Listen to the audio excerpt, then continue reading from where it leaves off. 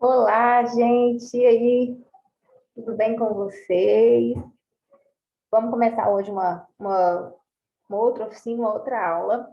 E essa oficina, tem um tema muito importante, que é o PENAI, né? O nosso, vamos dizer, nosso principal programa aí, que está relacionado a a questão da merenda escolar, né? A base, né, da nossa merenda escolar aí.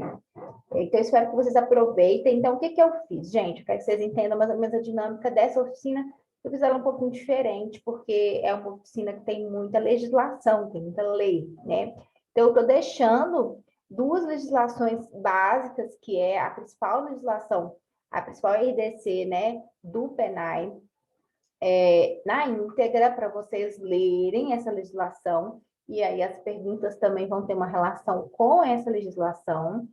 E também a nova nota técnica, que eu vou comentar brevemente no final, porque senão fica uma aula extremamente maçante, uma aula falando só sobre lei, uma aula lei, lendo resolução, que não é a minha intenção. Eu quero que vocês entendam com essa aula aqui é, de onde a gente partiu e aonde a gente está querendo chegar com esse programa, por que que o PENAI existe, eu quero que vocês entendam o contexto do PENAI. Então, vou dar alguns materiais extras, a gente vai conversar sobre isso, eu quero que vocês entendam mesmo a importância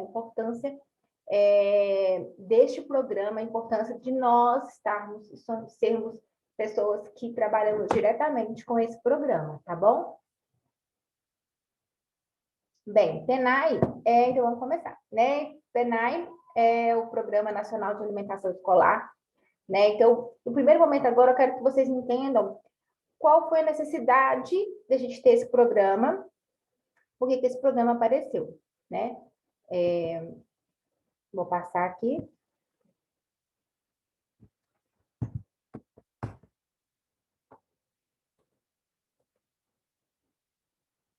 O Programa Nacional PENAI. O Programa Nacional de Alimentação Escolar, ele é considerado um dos maiores programas na área de alimentação escolar do mundo, e é o único com atendimento universalizado.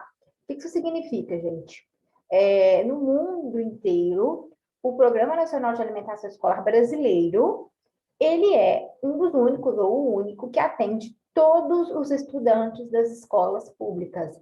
Então, independente desse estudante estudar no sul do Brasil, no norte, dele ser um estudante, uma escola indígena, uma escola de assentamento, serem estudantes quilombolas, esse programa atende a todos esses estudantes. Então, ele é universal, ele atende a todo mundo. Então, é um dos únicos, né? O único programa que atende a todas as pessoas de forma universalizada. Então, é um programa muito importante.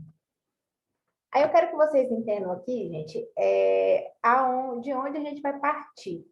E como o PENAI, queria deixar para vocês essa mensagem de como o PENAI ele é importante para nós. No sentido de que ele é uma ferramenta muito importante para o combate à fome. E aí eu coloquei para vocês essa foto de um médico e geógrafo que foi Josué de Castro. Né? Talvez vocês não conheçam, mas nós que somos da área da nutrição, principalmente da área da nutrição social, da saúde pública, a gente sempre estuda e sempre ouve falar muito sobre Josué de Castro. Josué de Castro, ele foi um médico nutrólogo, ele foi geógrafo, e ele escreveu esse livro que se chama Geografia da Fome. Né? Então, é um livro muito rico, ele fala, se aprofunda mesmo sobre esse tema da fome no Brasil. Né? Vocês sabem que nós vivemos anos e anos no nosso país além de deficiências nutricionais, com a própria fome mesmo, com a grande parte da população uma pobreza muito extrema e passando fome. E aí, José de Castro foi um dos primeiros pensadores aí que chamou atenção para isso e que colocou isso mesmo no papel e que demonstrou os efeitos nocivos, né, que a fome ou a insegurança alimentar, como muitas vezes a gente fala hoje, ou as desnutrições, né, elas causam não só no indivíduo de forma separada, né, claro que a pessoa que passa fome, ela está numa situação muito triste e é muito nocivo para ela. mas também para a nossa sociedade de forma geral, para nós, né? Quando você tem um país em que você tem uma parte grande da população passando fome, 9%, 10% dessa população passando fome, você tem uma grande massa de pessoas ali que não estão no seu potencial máximo, pessoas que não conseguem trabalhar, crianças que não conseguem estudar, crianças que têm o seu desenvolvimento intelectual, o seu desenvolvimento motor prejudicado por essa desnutrição e essa fome. Então, José de Castro é um dos primeiros médicos a falar isso de forma coletiva, né? E óbvio que teve também muita resistência no início, né? Vocês vão ver que depois eu vou deixar para vocês algumas reportagens que falam um pouco sobre esse contexto do combate à fome, né? No pós-guerra, do tipo de alimento que a gente tinha nessa época. Aí vocês vão entender como que esse combate à fome, ele é muito profundo e ele fala de várias mazelas que nós temos na nossa sociedade mesmo, ele escancara isso, tá bom? Então, né, a gente começa essa questão da fome, essa questão da importância de você oferecer uma alimentação adequada, universal, com Josué de Castro, né? O histórico do PENAI, né, em 1940 começou esse projeto, né, de um Programa Nacional de Alimentação Escolar. E aí, gente, eu quero que vocês entendam o seguinte, nós vínhamos de um contexto, né, de guerras. Então, no início, essas alimentações, essas comidas, então, várias pessoas que às vezes estudaram na escola, frequentaram a escola nessa época, se lembram daquelas comidas prontas, pós, que às vezes vinham até de fora, às vezes eram importadas, vinha aqueles pós, aqueles preparos, proteínas, tudo de fora, chegava lá no governo federal, chegava num lugar num polo nacional, e isso era distribuído para o país inteiro, né? Então, você vê como que isso é desigual, né? Como que uma pessoa que está em Minas Gerais, aqui no interior de Minas Gerais, como a gente mora, ela vai comer a mesma coisa que a pessoa que mora no norte, se os hábitos alimentares que nós temos, se o nosso clima, se tudo é diferente, né? A gente vive em países diferentes. O Brasil é muito grande, então o Brasil é um país continental. Então ele tem realidades extremamente diferentes. Então como que a gente vai comer a mesma coisa que a pessoa que mora no sul, que mora no nordeste, que mora no norte? Mas nessa época era isso, porque você tinha uma ideia de que essa alimentação, isso é quase como se fosse uma ração mesmo, né, gente? Vocês terem ideia.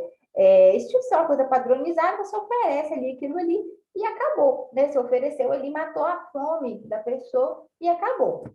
Aí, em 1950, começou, né, esse projeto ali, que é o Plano Nacional de Alimentação e Nutrição, denominado Conjuntura Alimentar e o Problema da Nutrição no Brasil. Gente, nessa época, consumo de proteína, por exemplo, de carne, de ovos, de frango, era muito baixo no nosso país. Eram alimentos muito caros, né? Não era todo mundo que conseguia comprar. Então, a gente tinha esse problema mesmo da nutrição. Em 1979, a gente começou a ter essa denominação de Programa Nacional de Alimentação Escolar. E aí, em 1988, a gente teve o marco da Constituição de 88. E na Constituição, a alimentação, ela entra como um direito fundamental, né? Isso muda muita coisa.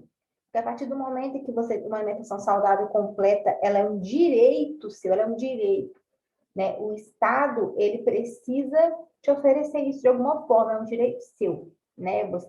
Eu tenho direito, a pessoa que mora no norte tem direito, a pessoa que mora num palácio, uma casa enorme tem direito, a pessoa que não mora, que mora numa casa super pobre, com muitas deficiências, também tem direito. Então, isso é muito importante. Eu quero que vocês deixem isso em mente, né? Eu vou deixar para vocês dois textos, duas reportagens, duas entrevistas, uma entrevista e outra é uma reportagem de um site, no link, para vocês lerem. E ela fala exatamente sobre isso, como aconteceu, né? Toda a articulação política até a gente chegar ao PENAI do jeito que ele é hoje. Então, vocês vão perceber como que isso, eu estou passando brevemente essa parte de linha do tempo, porque eu sei que às vezes as pessoas não têm muita paciência para ficar escutando essa parte da história, mas eu quero que vocês entendam, são textos bem ricos, né? Que vocês entendam como o que foi preciso caminhar para a gente chegar no que a gente é hoje. Então, às vezes, hoje, quando a gente chega na escola e a gente tem uma fruta, tem carne, tem arroz, tem feijão, tem macarrão, nós podemos escolher o que a gente vai poder fazer, né? Nós chegamos a ter até tilápia aqui, né, para nós, no nosso município. Isso é uma conquista muito grande, gente. Isso é uma conquista muito grande. A gente não pode jamais esquecer que a gente participa e faz parte disso. Nós estamos fazendo isso aqui rodar, esse programa rodar, e esse programa foi sonhado, foi construído com as mãos de muitas pessoas para chegar ao que ele é hoje, e ele vai melhorar, né? E o objetivo que a gente tem com ele é realmente tentar garantir esse direito, né, que a Constituição fala aqui, a uma alimentação saudável que todos os brasileiros têm, né? Em 88, então, né, vou ler para vocês que foi determinado o direito à alimentação escolar e todos os alunos do ensino fundamental, a todos os alunos do ensino fundamental, por meio de programa suplementar de alimentação escolar a ser oferecido pelos governos federal, estadual e municipais. Então, vocês veem que são os alunos de ensino fundamental, né? Essa ampliação para os alunos de ensino médio, de EJA, vai acontecer depois, tá? Até 93, o programa foi executado de forma centralizada. O que é o centralizado? O centralizado é quando você, igual eu falei, chega tudo lá em Brasília, chegam pacotes de biscoito, pacotes de preparo, pacotes de macarrão, pacotes de sopão, né? Vocês lembram desse sopão? E aí isso chega lá em Brasília. E aí de Brasília ele é distribuído para todos os municípios. Então isso é centralizado. Essa verba, ela chega centralizada, o dinheiro está lá e esse dinheiro, ele não é entregue diretamente para a cidade, ele é entregue em forma de comida. Então, isso é centralizado, tá? Até 93. Em 2000, né, a gente teve a constituição do CAI, dos Conselhos de Alimentação Escolar, que são muito importantes, porque o CAI é a sociedade, são os pais de alunos, eu até falei, depois, coloquei lá depois a constituição do CAI, né, mas a gente tem professores, funcionários das escolas, pais de alunos, para fiscalizar como o poder público está fazendo a gestão desse programa, né? E aí, gente, a partir de 2000, a gente começou, né, em 2003, principalmente, a gente começou essa época do programa Fome Zero. Então, dentro desse guarda-chuva do programa Fome Zero, nós temos várias iniciativas e vários programas, como, por exemplo, depois o programa Bolsa Família, tá bom? O programa de transferência de renda, são programas que dão o dinheiro para as pessoas, para as famílias. E aí, dentro dessa iniciativa, né, que já vinha no Brasil, essa iniciativa, muitas vezes, de ONGs ou algumas instituições assim, organizadas, né, para tentar acabar com a fome no Brasil, né, ou diminuir muito esses níveis de fome. E aí a gente teve essa iniciativa governamental, que foi o programa Fome Zero, que vocês devem se lembrar. Né? Então, a gente teve o programa Fome Zero, e dentro do programa Fome Zero foram articuladas políticas que foram assim, um berço do PENAI. Foi quando a gente realmente começou a ver o PENAI mesmo nascer de verdade. Em 2006 foi instituída essa obrigatoriedade da presença do nutricionista como responsável técnico do PENAI. Ou seja, antes de 2006, qualquer pessoa que trabalhasse lá na Secretaria de Educação, ou nem às vezes na Secretaria de Educação, às vezes lá no gabinete de um prefeito, determinava ali o que seria comprado de cardápio.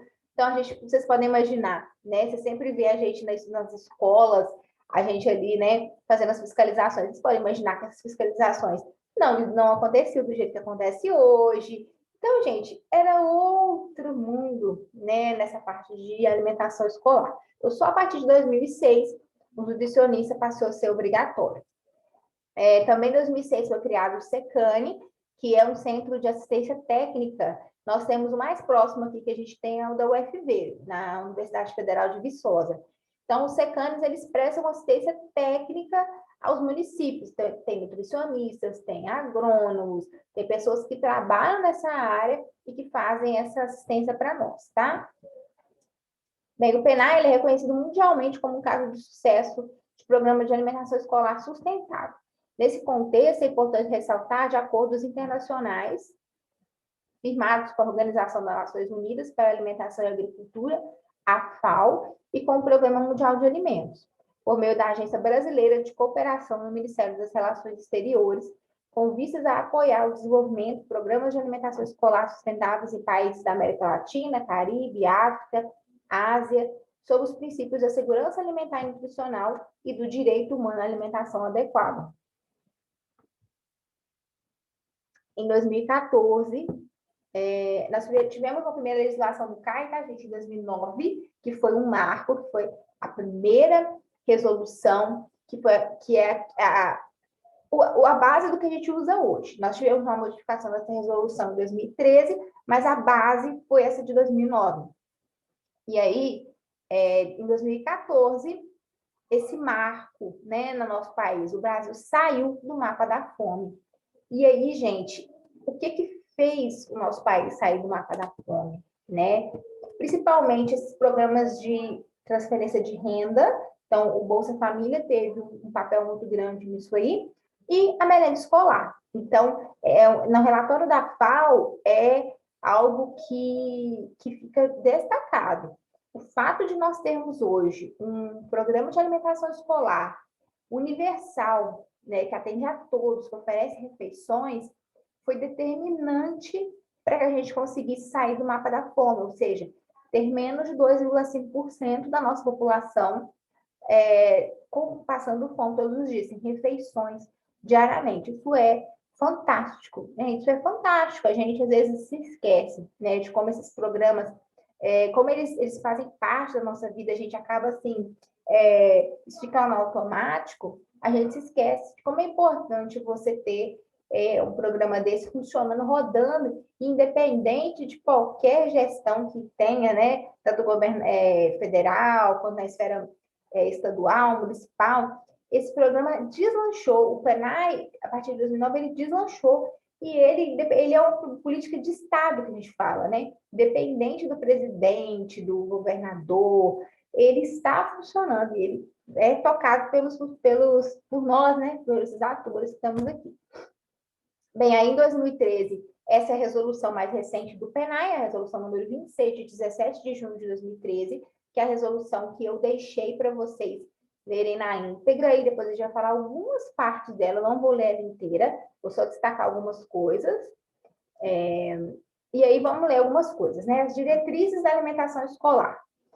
Né? São diretrizes da alimentação escolar, gente, o emprego da alimentação saudável e adequada, compreendendo o uso de alimentos variados, seguros, que respeitem a cultura, as tradições e os hábitos alimentares saudáveis, contribuindo para o crescimento e o desenvolvimento dos alunos e para a melhoria do rendimento escolar, em conformidade com a sua faixa etária e seu estado de saúde, inclusive dos que necessitam de atenção específica, como, por exemplo, os alunos que têm alguma alergia alimentar, alguma doença relacionada ao consumo de algum alimento específico, também precisam ser atendidos. A inclusão da educação alimentar e nutricional no processo de ensino e aprendizagem, que perpassa pelo currículo escolar, abordando o tema alimentação e nutrição e o desenvolvimento de práticas saudáveis de vida na perspectiva da segurança alimentar e nutricional. Então, vocês vejam que a resolução do PENAI, ela não fala dar comida para a pessoa comer, dar o preparado para você comer, né? Dar uma almôndega que você não sabe nem o que tem ali dentro para aquela criança comer, porque o importante é a criança matar a fome. Não é isso que a gente está falando. A gente está falando de um programa que ele quer, sim, alimentar as pessoas, porque uma criança que não come bem, uma criança que vive com fome, ela é uma pessoa que não raciocina bem, ela é uma pessoa que ela tem um estado de alerta e de corporal inadequado para que ela aprenda alguma coisa, né? Ela não vai conseguir aprender. Mas mais do que isso, o PENAI, ele pensa em oferecer alimento saudável e que esteja inserido na cultura daquele lugar e que realmente reflita o que é a cultura daquele lugar. Então, a gente mora em Minas Gerais, nós temos, por exemplo, o hábito de comer uma canjiquinha. Então, no nosso cardápio vai ter uma canjiquinha. Nós temos o costume de comer angu, né? Nós temos o costume de comer um bobó. Então, aqui a gente pode colocar essas coisas. Mas a gente não vai colocar um açaí de manhã, porque as crianças não têm hábito. Elas vão comer uma broa, elas vão comer um biscoito de polvilho. Então, isso é importante, né? A universalidade do atendimento, então, assim, né, gente? Para todos, o PENAI é para todos. A participação da comunidade, direito à alimentação escolar, né?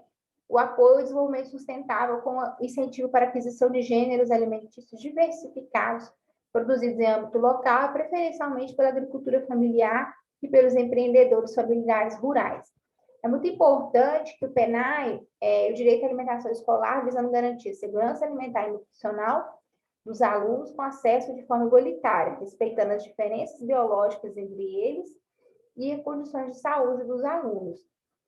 Então, gente, também uma marca muito importante do PENAI é a questão da agricultura familiar.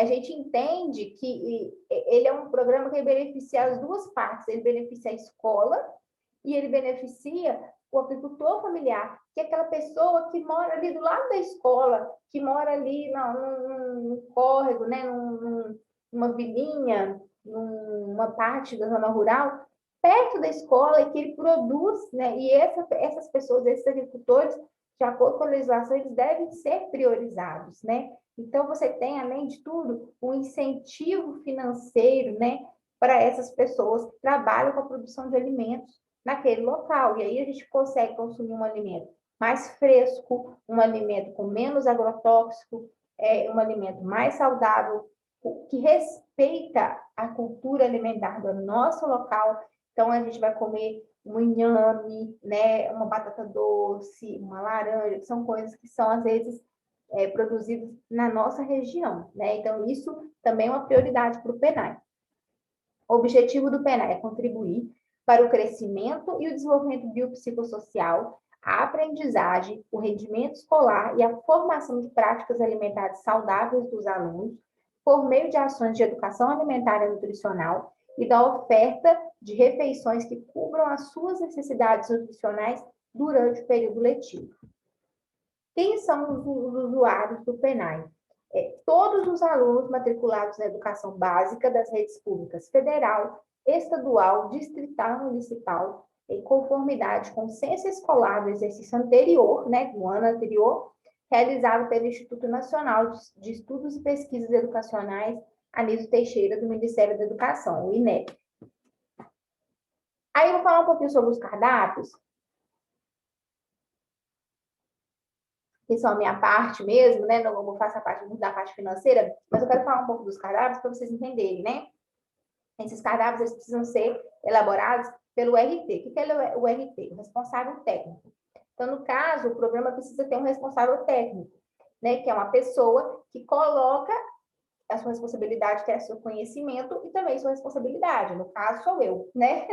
Aqui no município, no caso, sou eu. Por mais que nós tenhamos outros nutricionistas, elas entram como quadro técnico, elas são pessoas que vão auxiliar e ter um trabalho tão importante quanto o meu, mas elas não têm a responsabilidade técnica. A responsabilidade técnica é aquele nutricionista que está cadastrado lá no CIMEC, que é o sistema onde a gente faz esse cadastro. Então, o responsável técnico planeja esse cardápio, utilizando gêneros alimentícios básicos, né, de modo a respeitar referências nutricionais, hábitos alimentares, cultura alimentar da localidade, sustentabilidade, sazonalidade. Então, assim, gente, a gente não pode, eu não posso simplesmente, agora está na época de mexerica. Aí eu vou lá e compro peço um monte de ameixa, peço maçã, né, da agricultura familiar. Então, assim, a gente precisa ter uma noção do qual que é a vocação agrícola da nossa cidade, né, para fazer esse cardápio. Claro que tem algumas exceções, a gente consegue, às vezes, pedir algumas coisas, às vezes, fora da agricultura, desse valor da agricultura familiar, mas a gente precisa ter essa noção, né, do que as crianças comem, do que a gente produz, do que seria adequado mesmo a gente colocar e atender a necessidade nutricional das crianças. Então, qual que é o planejamento, né? Como que deve ser essa questão da necessidade nutricional? Eu gosto sempre de falar disso porque, assim, muitas vezes, até quando a gente vai na escola, né? Às vezes a gente vê as pessoas falam assim, eu não concordo, porque quando a gente chega para comer, às vezes é almoço, eu acho que deveria ser uma coisa mais leve. Já ouvi várias vezes de pessoas que trabalham na própria escola mesmo, às vezes de outras pessoas que não conhecem, quem não conhece, não sabe o que é o programa, e às vezes, né, acha assim, é muito pesado, a criança vai chegar em casa e vai almoçar de novo, né? Então, o que o PNAE, ele determina na sua resolução? Que quando ele tem uma criança que ela faz uma refeição na escola, eu preciso oferecer 30% da necessidade nutricional, distribuída em no mínimo 2 refeições, uma refeição, se essa criança faz um horário na escola. Se essa criança faz creche no período parcial, então aquela criança que fica na creche só de manhã, ela precisa comer 30% em 2 refeições. Se a criança fica o dia todo na creche, a gente precisa oferecer 70% das necessidades nutricionais, né? Para uma refeição da educação básica, 20%. E no mínimo 70% se a criança fica para o mais educação, tá? Então, assim, gente, a gente precisa oferecer de 20% a 30% da necessidade calórica de uma criança se ela está dentro da escola em um período e faz uma refeição.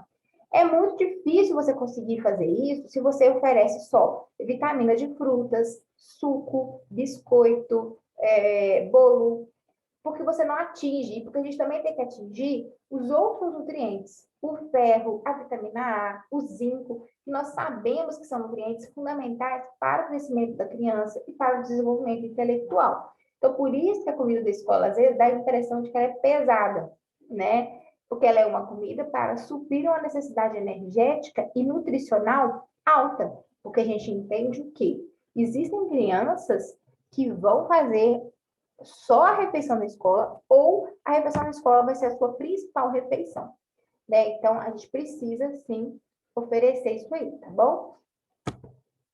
Os cardápios devem oferecer, no mínimo, 3 porções de frutas e hortaliças por semana, 200 gramas por aluno nas refeições ofertadas, sendo que bebidas à base de frutas não substituem a obrigatoriedade de ofertas de fruta in natura, ou seja, suco de laranja não substitui e não supre o oferecimento de frutas. Eu tenho que oferecer a laranja. A gente quer que a criança coma a fruta, né? E a composição dessas bebidas à base de fruta precisa seguir algumas especificações do Ministério da Agricultura. Para as preparações diárias, então recomenda-se, né? 10% de energia total proveniente de açúcar simples adicionado, 15 a 30% de energia total proveniente de gorduras totais, 10% de energia total proveniente de gordura saturada, 1% de energia total proveniente de gordura trans. E aí, gente, essa parte do açúcar agora, para crianças menores de 3 anos, vocês vão ver que vai mudar a partir de agora, que nós não vamos poder oferecer açúcar para essas crianças. Da aquisição dos gêneros, né? Os recursos financeiros repassados pelo FNDE serão utilizados exclusivamente na aquisição de gêneros alimentícios. Então, o dinheiro que chega no PNAE, pode pagar um nutricionista com ele? Não. Pode comprar caminhão? Não. Posso comprar o dinheiro do PNAE sacolinha? Não. O dinheiro do PNAE, ele chega para comprar comida. É a única coisa que você pode fazer.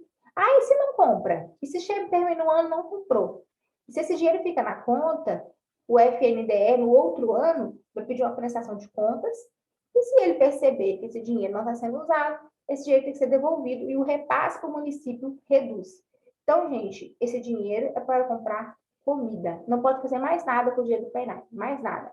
Nem reformar a escola, nem pagar funcionário. Esse dinheiro ele é exclusivo para comprar gêneros alimentícios. O Conselho de Alimentação, né?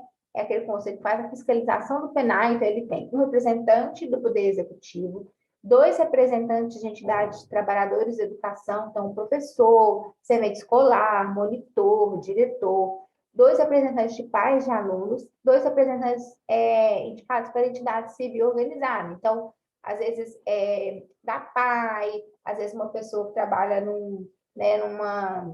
numa instituição filantrópica que tem, né, que recebe a merenda do PNAE, ela também faz parte do CAI. O PNAE ele é acompanhado e fiscalizado diretamente pela sociedade, por meio do CAI, né? E também pela FNDE, pelo Tribunal de Contas da União, pela Controladoria Geral da União e pelo Ministério Público. O repasse vai ser feito, então, pelos estados e municípios, com base no censo escolar. Então, vocês lembram que eu falei a questão da centralização? Então, o que acontece hoje? Aqui em Minas Gerais, pelo menos é assim. O estado, ele tem, cada escola do estado recebe a verba e compra por ela mesma. E no município, o município recebe a verba e compra e distribui os itens para a escola, para as escolas, né? E no estado acontece da forma mais descentralizada possível. Cada escola recebe a sua verba e cada escola faz todo o processo da compra da merenda do jeito que tem que ser, tá? Qual que é o valor repassado, atualizado agora em 2021, para as creches de período integral, R$ 1,07, para a escola, 53 centavos, escola de indígenas e quilombolas, 64 centavos, ensino fundamental e médio, 36 centavos. Então, vocês pensam, né? A gente recebe 36 centavos por aluno de ensino fundamental para fazer a nossa merenda, né? Que vem de verba federal. Educação de jovens e adultos, 32, ensino integral, R$ 1,07.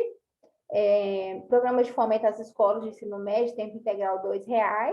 E alunos que frequentam atendimento educacional especializado no contraturno, 53 centavos.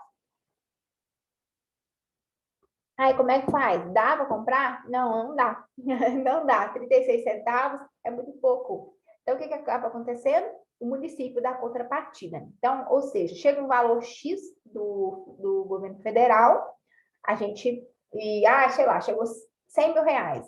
E aí a nossa menina deu 150 mil. Esses 50 mil que faltam, o município completa, né? Com a verba municipal mesmo, para a gente comprar. E aí vocês vão entender, vocês entendem como é importante a gestão municipal. Se a gestão municipal não faz isso, a gente fica sem esse valor. E é claro que o cardápio fica um cardápio mais pobre, né? Então, precisa sim dessa contrapartida do município. E aí, gente, né, para a gente terminar, só falar da nossa situação hoje do PNAE versus a pandemia. Com a pandemia, o que aconteceu? Em muitas partes do mundo, a fome está voltando. Então, vocês entendem como que é importante agora o PNAE, de defender o PNAE, de trabalhar com o PNAE da forma mais correta possível, porque ele é um dos nossos botes salva-vidas aí, né? Para que essas pessoas não passem fome. Então, no mundo inteiro, a gente retrocedeu muito nessa questão da malnutrição e da fome. Então, olha, essas figuras aí, só para mostrar para vocês, a parte mais escura, esse rosa escuro, é onde você tem mais de 10% da população com fome. Então, quanto mais escuro, mais fome. Quer dizer que em 2004, a gente tinha um mapa do Brasil, olha, bem escuro, né? Principalmente na parte do Nordeste e do Norte, né? E aí, olha, ele foi clareando, vocês lembram que em 2014, olha, 2014 já tinha uma grande parte aqui do nosso país num rosa bem clarinho, que é quando o país saiu, né, do mapa da fome. E aí, olha só, 2018, a gente já tinha acontecido essa questão de retornar algumas partes, e agora, ó, nós temos nós voltamos, né, muito próximo ao que nós éramos antes, em termos de fome, muito por causa da pandemia, né, os meninos em casa, a inflação. Então, olha como é importante para a gente conservar o Programa Nacional de Alimentação Escolar dessa forma, né? Essas links aqui de reportagens, vou deixar todos linkados para vocês verem. São reportagens que vão falar sobre efeitos da fome no nosso organismo, essa questão da volta da fome no nosso país e no mundo, consequências da pandemia, tá bom? Então, eu quero que você dê uma lida boa para vocês entenderem, no dia do feedback, a gente conversar sobre isso, né? Sobre a nossa responsabilidade aí, como a gente pode ajudar nesses processos, né? E aí, gente, é isso. Vamos defender o PENAI. O PENAI, essa apresentação, eu quis mais mostrar para vocês a importância, porque a gente lê as leis e você não situa, né, do tamanho que é a gente estar aqui, né, fazendo parte desse programa aqui, tá? Então, a gente precisa defender. Como nós vamos aqui no Brasil tentar lutar contra essa questão da fome que tem voltado? O PENAI vai ser uma arma muito importante para nós, né? Então, a gente precisa, sim, defender o PENAI e cuidar mesmo, né, desse programa que a gente está fazendo parte aí. Aí, né, o PENAI teve que se adaptar muito com relação à pandemia, né, eles lançaram até alguns documentos. E aí o futuro, né, eu coloquei aqui essa nova nota técnica, que é a nota técnica que comenta a questão do açúcar. Mas vamos ver que está tudo ligado.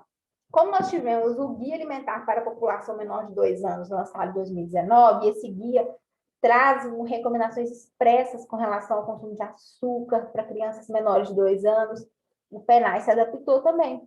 Então, nós vamos ter que fazer mudanças no cardápio das crianças menores de 2 anos e 3 anos, principalmente, e também das crianças um pouco maiores, para conseguir atender essas demandas, né, e essas necessidades aí que vieram com essas novas legislações, tá bom?